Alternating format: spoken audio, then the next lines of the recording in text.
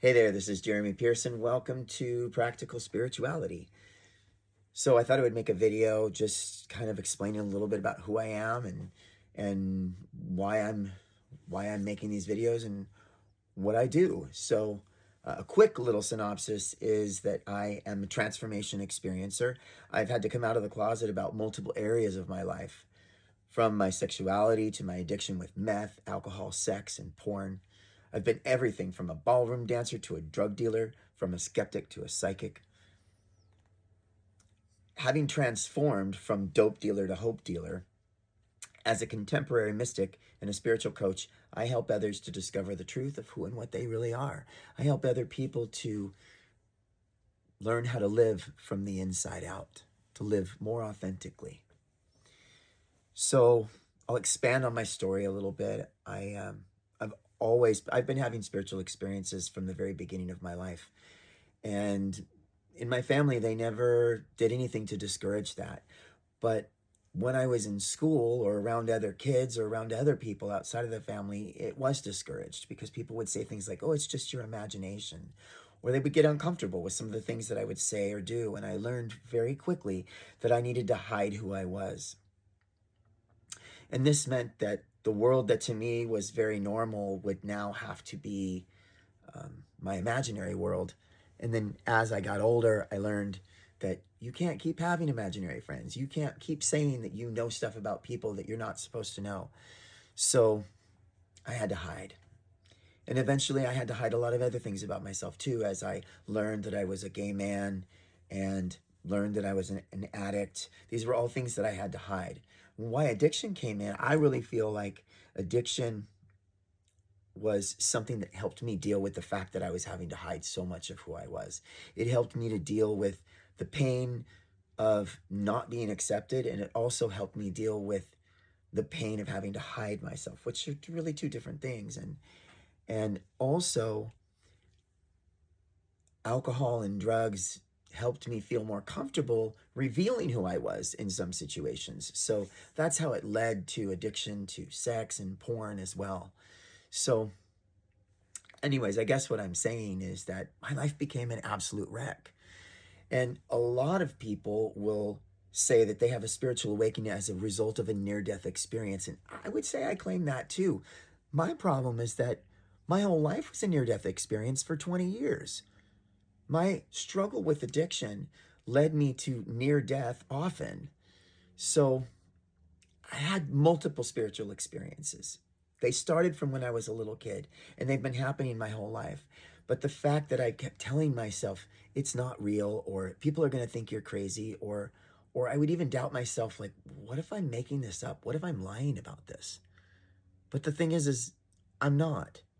I am telling the truth about it. And I struggled with addiction for years. I tried getting into recovery over and over again. And one of the reasons why I feel like it never really worked for me was because I wasn't being honest about who I truly was. I had to come out of the closet about everything. And the easiest thing to come out of the closet about was my sexuality. The second thing I had to come out about was my struggle with addiction.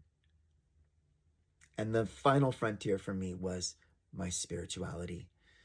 Because, first of all, I don't believe in God, I'm experiencing God.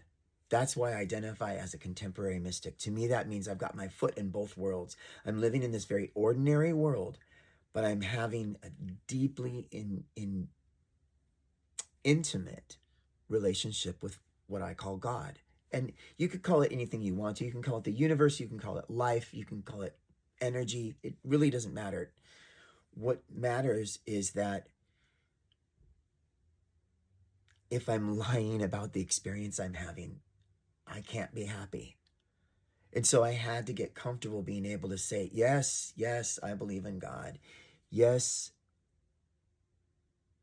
I'm having spiritual experiences. Yes, I'm having psychic experiences. I had to learn to be able to say yes about all of that. Even as I'm saying it right now, I'm feeling a little bit weird about it because I don't know how you're going to take this or what you're going to think about it. And it doesn't matter.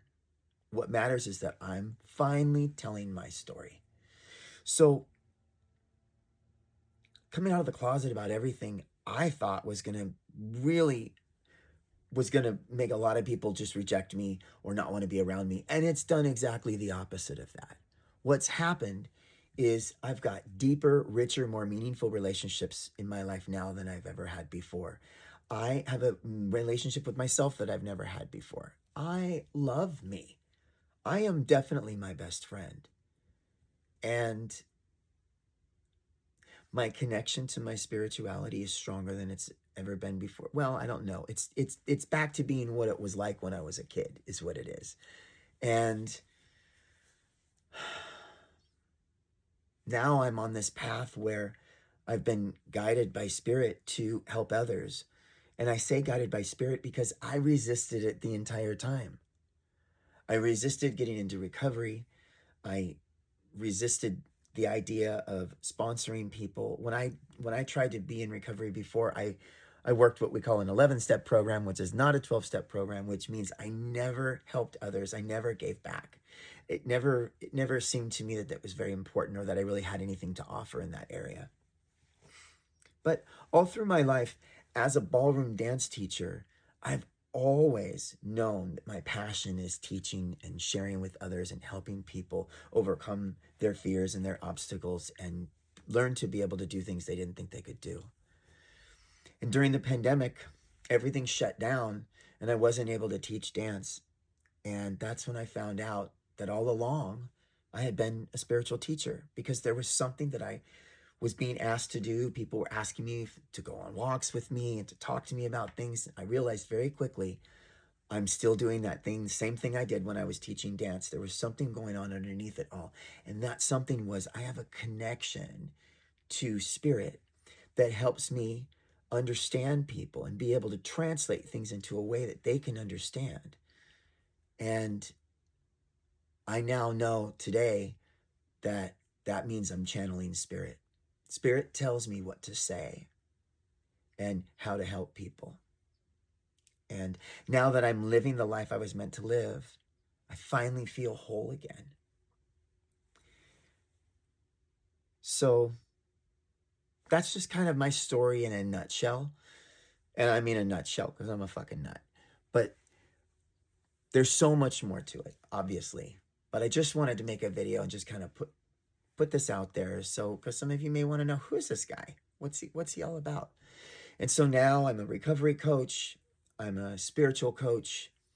And I also work in substance use treatment. And I sponsor people in 12-step programs. And so, listen, if you're interested in any of those things and you want to talk, reach out to me. Leave me a message or a comment. And on my Instagram, there's a link to my Linktree where you can get a hold of me in multiple different ways. I do offer one-on-one coaching as well as with groups. I can do workshops. And yeah, so that's it. I've got a YouTube channel, Instagram, TikTok, all of that is available. You can find it all by going to my Instagram, as I said. The links are there. This is always the hard part for me, how to end these things, but I'll get better at it over time. And so wherever you're seeing this, hey, like the video, leave a comment, share it with other people if you think anybody might be interested. I guess so. I'm going to end it there. So I hope you are well, and that's it. See you later.